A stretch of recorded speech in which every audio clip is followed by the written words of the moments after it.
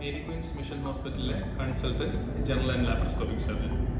ഇന്ന് ഞാൻ നിങ്ങളോട് സംസാരിക്കുന്നത് ഹെർണിയയെ പറ്റിയാണ്. എന്താണ് ഹെർണിയ? വയറിനുള്ളിൽ നിന്നും കുടൽ അല്ലെങ്കിൽ കൊഴുപ്പ് പുറത്തോട്ട് തള്ളി വരുന്ന അവസ്ഥയാണ് ഹെർണിയ. ആർക്കാണ് ഹെർണിയ വരിക?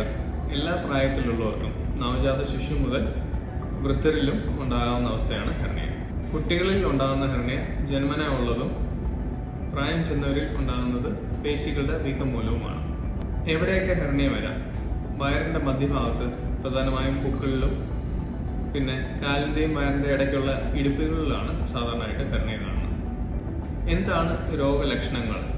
ചുമയ്ക്കുമ്പോൾ അല്ലെങ്കിൽ ഭാരം ഉയർത്തുമ്പോൾ മുഴച്ചു വരികയും ആ മുഴയിലോ അല്ലെങ്കിൽ വയറ്റിലോ വേദന ഉണ്ടാകുന്നതാണ് സാധാരണമായി കാണുന്ന രോഗലക്ഷണം.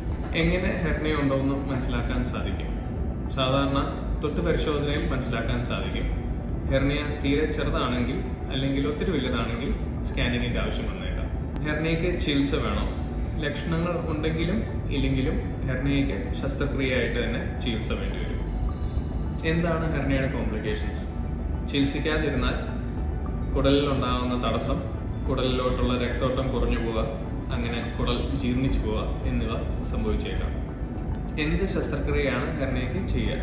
തുറന്നോ താക്കോൽ ദ്വാരമായോ ഒരു മെഷ് വയ്ക്കുന്ന രീതിയിലുള്ള ശസ്ത്രക്രിയയാണ് സാധാരണ ചെയ്യുക. മെഷ് വയ്ക്കുന്നത് ബലക്കുറവുള്ള പേശികളെ ബലപ്പെടുത്താനാണ്.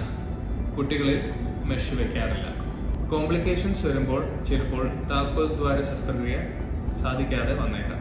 ഹെർണിയ സംബന്ധമായ സംശയങ്ങൾക്ക് മേരി ക്വീൻസ് ഹോസ്പിറ്റലിലെ ശസ്ത്രക്രിയ വിഭാഗവുമായി ബന്ധപ്പെടുക.